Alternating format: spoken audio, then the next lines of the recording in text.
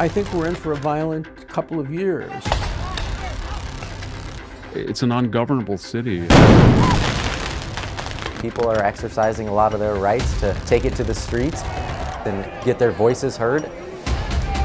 Kids who are now shouting, globalize the Intifada. Free, free Palestine! Free, free Palestine! It is correct to resist in the face of genocide and colonialism.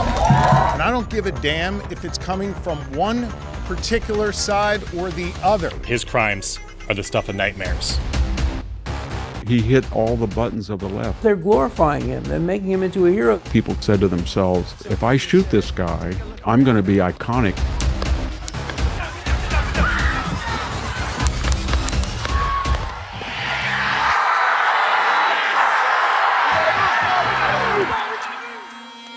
When these protests started, and you started to see people taking over intersections, blocking 101, defacing buildings, looting stores, you could see that they were doing so on the prompt or the expectation that the city either wouldn't or couldn't do anything, and they were correct. The reality is when you get a big group of people, there's going to be a certain segment of those that are not satisfied with the peaceful protest, that they mean it, that they want their voices to be heard, and when they feel like they aren't, they're going to escalate their means. This violence that I've seen is disgusting. It's escalated now since the beginning of this incident. People that are causing the problem are professional agitators, they're insurrectionists, they're bad people, they should be in jail.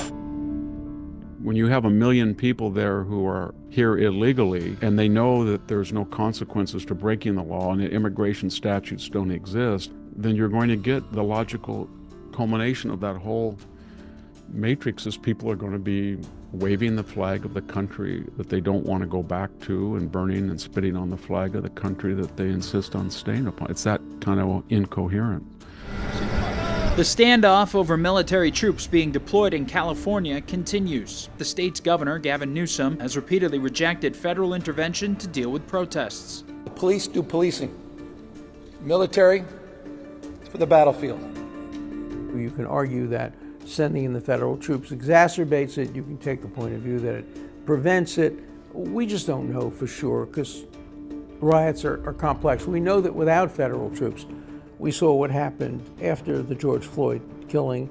We saw how much violence occurred. And so if the federal troops had not been sent in, the violence might have gotten worse. California officials blamed Trump's deployment of the Guard as the reason for the escalation. It's an escalation that didn't have to happen. Why were there raids? You know, we had been told that he was going to go after violent criminals. It wasn't a drug den, it was a Home Depot. And just that dynamic, that power dynamic of federal forces being used on civilians just creates an opportunity for a bigger clash than what originally started out as a protest. Presidents for eons have sent in not only federal troops, but they've nationalized state guards.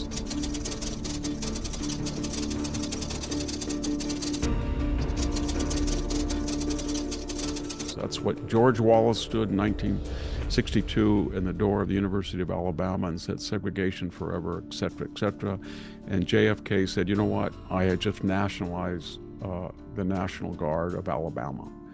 It happens all the time. We have a president who pushes the executive power to the limits of the Constitution.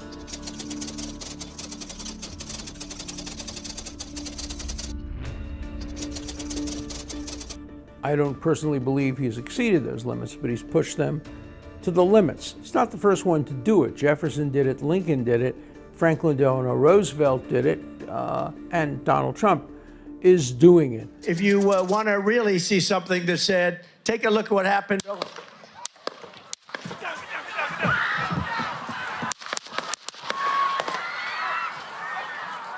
Trump speaking at that rally, shot in the right ear.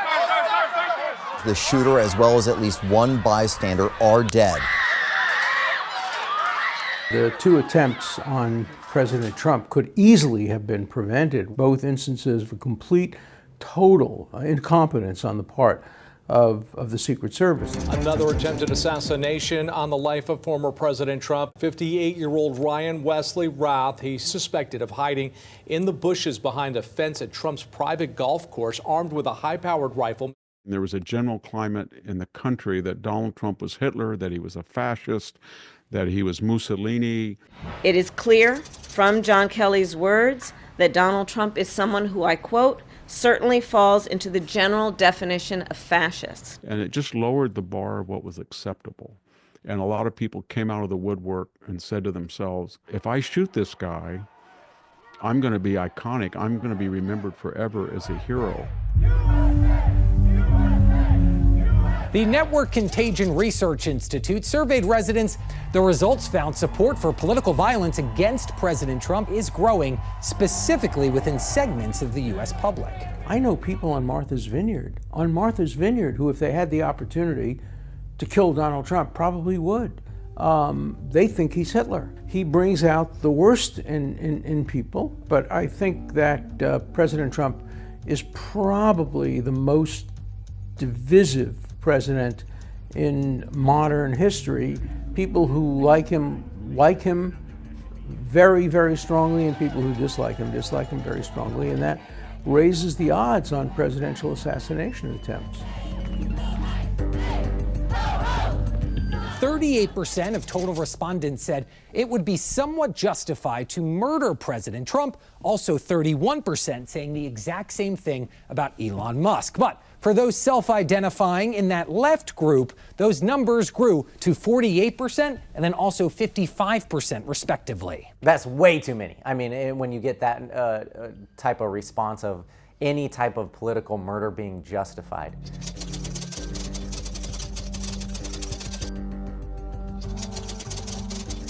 We've seen failed democracies fall subject to this type of rhetoric, and then you see their whole governments collapse because there's just no path forward. Once you get to that level, it's incredibly tough to come back from, if not impossible. But the reasons for why we see that are decades in the making. We have siloed ourselves on almost every single political front, even if we don't think of them as political fronts. People are scared. They really are scared. There are people who honestly believe we're heading toward tyranny.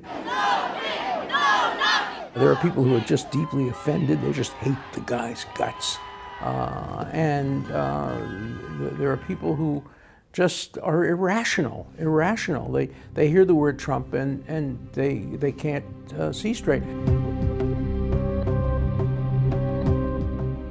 Daryl Paulson, a political expert, tells us violence breeds violence, and that's exactly what's happening across the nation. It gets worse and worse unless there are people who come out and say, enough is enough. And when people on one side see people on the other side take violent action, then it will feel like everything is fair game.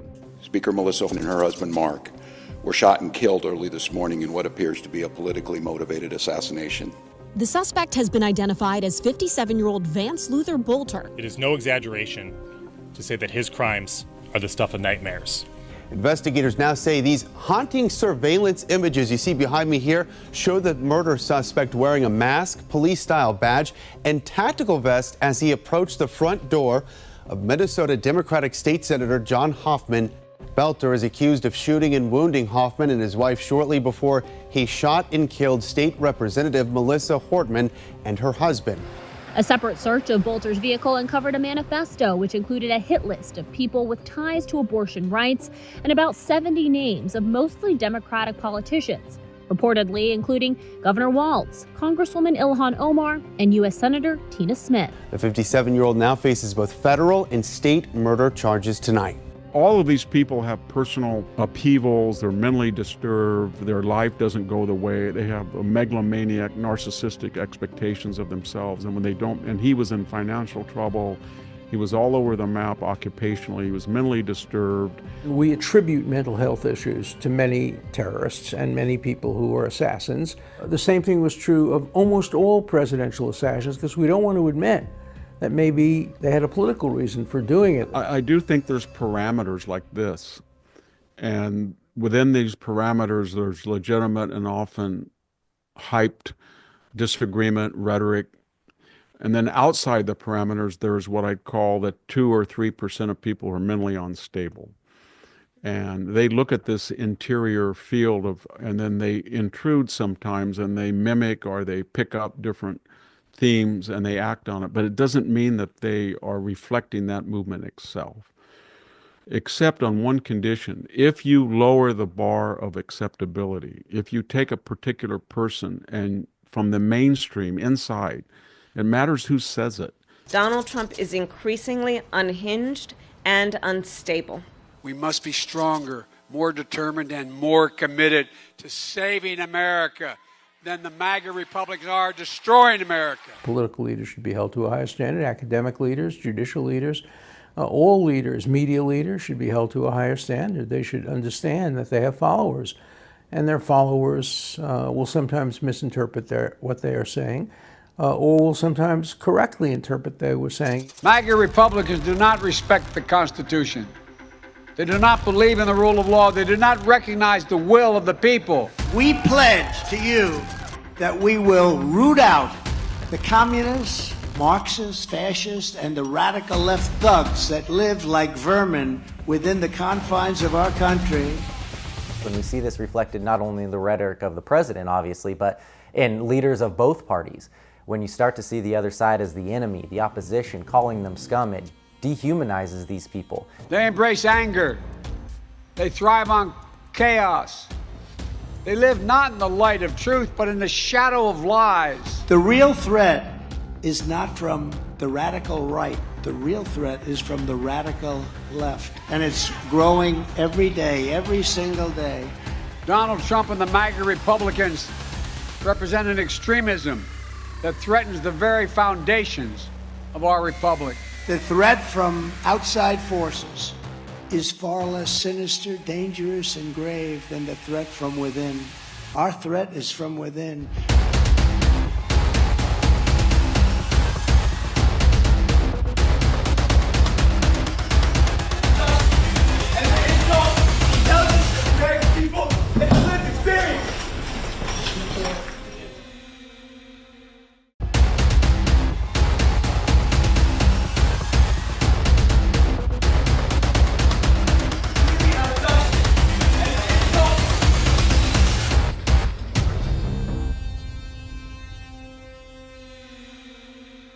Luigi Mangione, the suspect in the fatal shooting of the United Healthcare CEO Brian Thompson, in police custody, charged with second-degree murder, along with a slew of other gun and forgery charges in Pennsylvania and New York. He hit all the buttons of the left. He was aristocratic and wealthy and tasteful and educated, and he was good-looking, and he mimicked or he claimed that he was a class warrior. He had a handwritten manifesto that criticized the U.S. healthcare industry, which he claimed prioritized profit.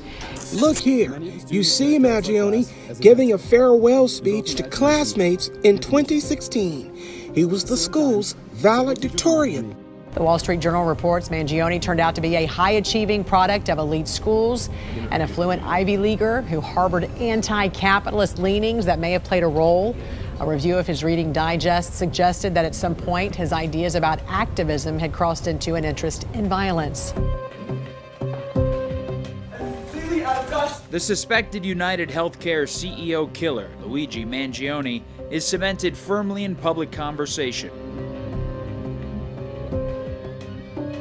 Mangione has emerged in some circles as a sympathetic figure fighting the system. Even if it was a small segment of the population defending that, a small segment's too many. Taylor Lorenz had that interview and basically worshipped him. If you support assassination of innocent people, are you lacking a conscience, a soul, and a heart? Simple question, go. I believe that the assassination of innocent people, if we want to talk about the assassination of innocent people, I believe that the tens of thousands of Americans that die each year because of the lack of health insurance, that is, to me, a violence in itself. That is assassination. The people that say, oh, you can't go around killing people in cold-blooded murder should probably take a look in the mirror. The health insurance industry is oppressive to people. It is violent. We have to fight for our lives on a phone. Medical bill shouldn't be $450,000 a year. Now we're talking about, are we defending murder rather than the dysfunction of the healthcare system. And to me, those are two very, very different fights, and one doesn't have any political solution, where the others, you at least have to go through a legitimate process to get the changes you want, even if they're not on the timeline that you wish they were.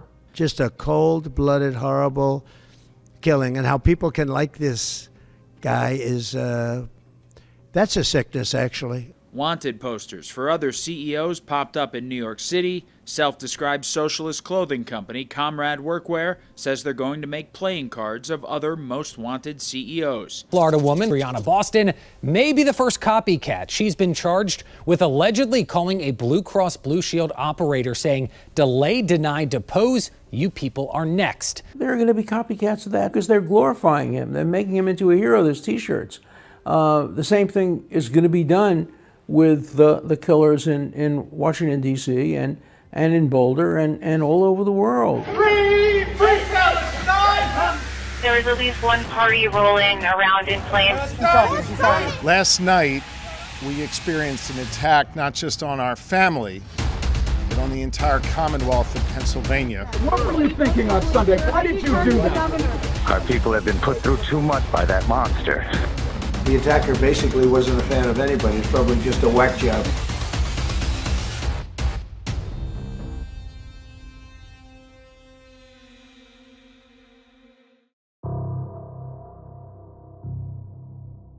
Last night, we experienced an attack not just on our family, but on the entire Commonwealth of Pennsylvania.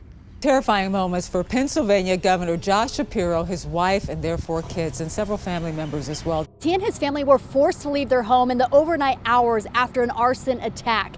That fire attack happening just hours after a Passover dinner. The suspect has been identified as 38-year-old Cody Balmer. What were you thinking on Sunday? Why did you do that? Police affidavit says Balmer said he harbored hatred for Shapiro and that he, quote, would have beaten the governor with a hammer if he had encountered him. If this individual was trying to deter me from doing my job as your governor, rest assured I will find a way to work even harder.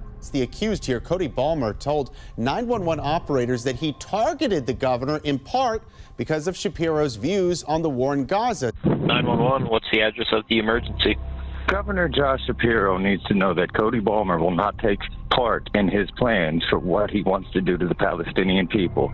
He needs to leave my family alone. He needs to get his eyes off of my daughters. And he needs to stop having my friends killed. The attacker basically wasn't a fan of anybody. It's probably just a whack job. And certainly a thing like that cannot be allowed to happen. You just go on TikTok and it's like Der Stürmer, the Nazi journal. Everything terrible that you can think of about Jews is on there. And when you have a Jewish governor, you're going to see it exacerbated. Yet another attack targeting the Jewish community. 2 Israeli embassy staffers shot and killed last night outside the Capitol Jewish Museum. The suspect leaving little doubt to his motive, yelling this as police took him away in handcuffs. Free Palestine! This type of violence is not okay. What we're seeing is more violence now directed at Jews than since the Holocaust. At least 8 people set on fire. The suspect, 45-year-old Mohammed Solomon, who the government says was in the country illegally, now charged with a federal hate crime. Police say he used Molotov cocktails and a makeshift flamethrower and screamed, "Kill all Zionist people" in the process. It is clear that this is a targeted act of violence, and the FBI is investigating this as an act of terrorism. Focus all of your attention, not 99%, 110% of your attention on left-wing anti-Semitism. That's the problem the Jewish community faces in the future. There is no right wing on college campuses. There is no right wing among the elite. Free Palestine!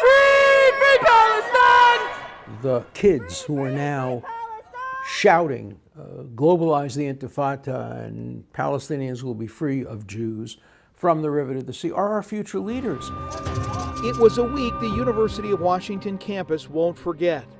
A pro-Palestinian protest group stormed a building, set fires, and kept control of a part of campus until police moved in and arrested more than 30 people. The university says the damage is over $1 million.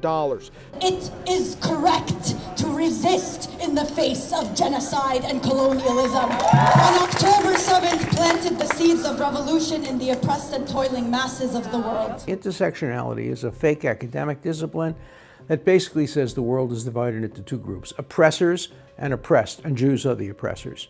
And when you learn that, when you have ethnic departments that become incubators for anti-Semitism, then you understand why we've seen such horrible increases in anti-Semitism. Due to the steadfast resistance of the brave fighters of Hamas and other resistance groups across the Arab world, we as all oppressed people should know that by now the violence is absolutely necessary. This kind of violence is becoming far too common in our society. And I don't give a damn if it's coming from one particular side or the other, directed at one particular party or another, or one particular person or another. It is not okay. And it has to stop. We have to be better than this.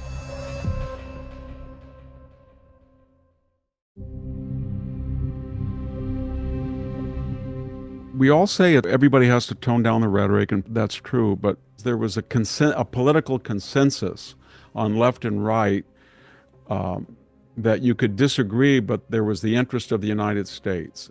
The United States is it's changing demographically. We've never had in our history 16% of the population foreign-born, or 55 million people.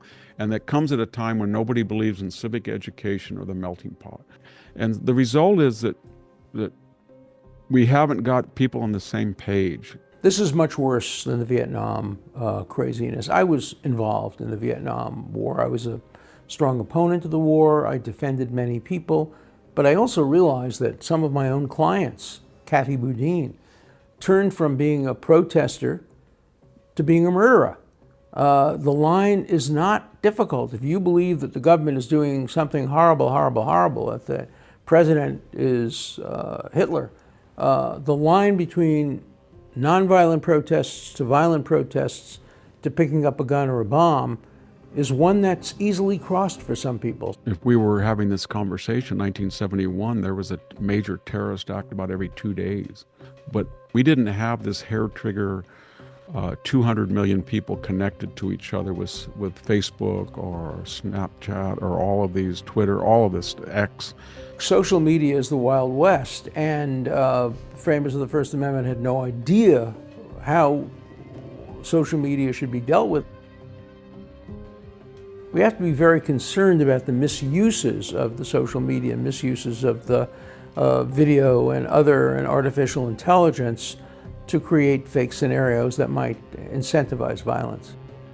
We need to remember that if we want it to be different, then we are the consumer. They give us what they want, the same way that the bartender gives us exactly what we order. They don't just randomly tell us what to drink. And to me, a lot of this blame of social media is like blaming the bartender for the hangover that we asked for.